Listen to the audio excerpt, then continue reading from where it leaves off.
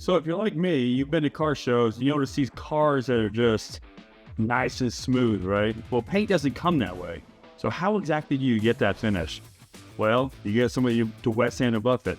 Typically the painter does that, like me, I'm the painter.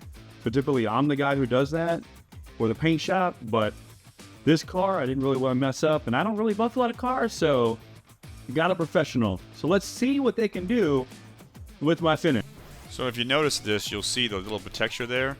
Don't look at my stomach. It's my bad posture, okay? I'm really actually skinny. Not really at all. After meeting with Justin, he got right to work. He wet sanded that fender just to kind of see what the first deal is, to kind of see exactly what he needs to do to smooth out the rest of the car. Hit it with 1500 grit. Then, before you know it, he had already sanded the entire car. I don't even know what happened. The first day was just such a blur, but you can see, just after sanding all the car, he's polishing, did the driver's side real nice. Now, normally it takes Justin about 2 days to wet sand and buff a car out and get rid of all the orange peel or any kind of texture. No car really has orange peel. A lot of people refer to it as orange peel, just to be clear.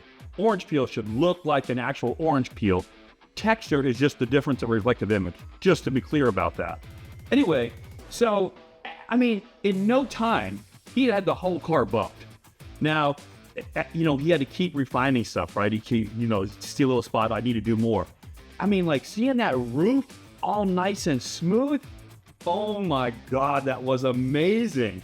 I mean, you know, I built this car and I had this vision. You know, like how when you start building a car and you have a vision for what it's going to be, and then these things happen, right? Like, ooh, this doesn't work, I got to fix this, and this.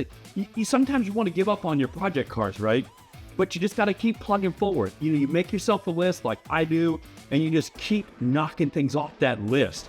More things happen, you just add them to your list. You know, it feels good to cross off those lines. So this weekend, I crossed off a lot because I was able to dedicate the entire weekend to this car after Justin detailed it. He finished up Friday, so yesterday, which is Saturday, I finally got to drive the car. Of course, there were some issues, right? Let's just be clear about that. The first issue was the steering was kind of clunking, and I'm like, man, like, what am I gonna have to do? Solve that. No big deal. And then, when I finally take it on the road to open it up, it just fell flat on its face, like nothing, right? So I'm like, man, I came home, made some changes, took it for another drive, then it went in limp mode. And I'm like, I didn't really know what was going on. So I came home, I pulled out the intake tube a little bit. I don't think that was causing a restriction, but I don't know. Anyway, when I took it out, instead of just smashing the gas pedal, I just kind of pushed it down kind of like that. And oh my gosh, in no time, it was, I'll just show you how fast it was according to Holly. And now, oh, the other issue was the speedometer wasn't working. So I had no idea how fast I was going. And I'm like, well, I got to get 500 miles before I sell it so I know everything is working perfectly.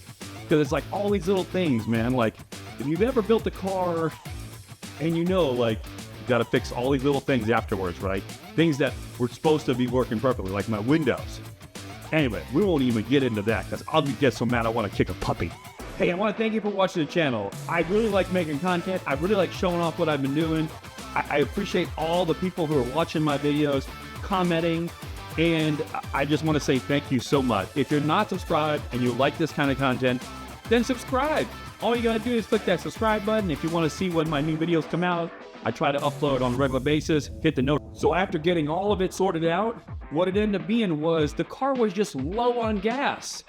So anyway, I put 10 gallons of gas in it, which is a pain. You gotta go get 5 gallons of gas, gotta come back, put that in the car. It's in the license plate. That was a real pain.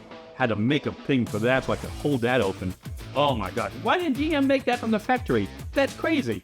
Anyway, after I put the 10 gallons of gas and I got on it, I was like, oh yeah.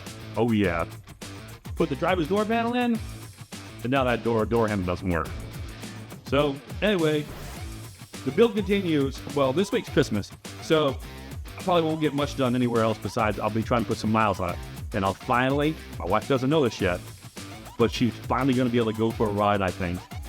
She's going to be so excited. Hey, I want to thank you for watching the channel. I really like making content. I really like showing off what I've been doing.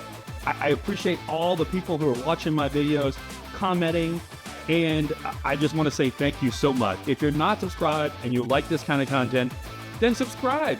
All you gotta do is click that subscribe button. If you want to see when my new videos come out, I try to upload on a regular basis. Hit the notification bell, and you can keep watching my stuff. And finally, I get to a reasonable number of followers. Maybe I'm trying to make better content. I think this one's gonna be the best so far, but I always think that way.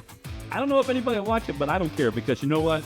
I love making videos, and I love showing people how I did this, so you can do this too. You can do it. Anyway, SLB Garage, building dream cars at home.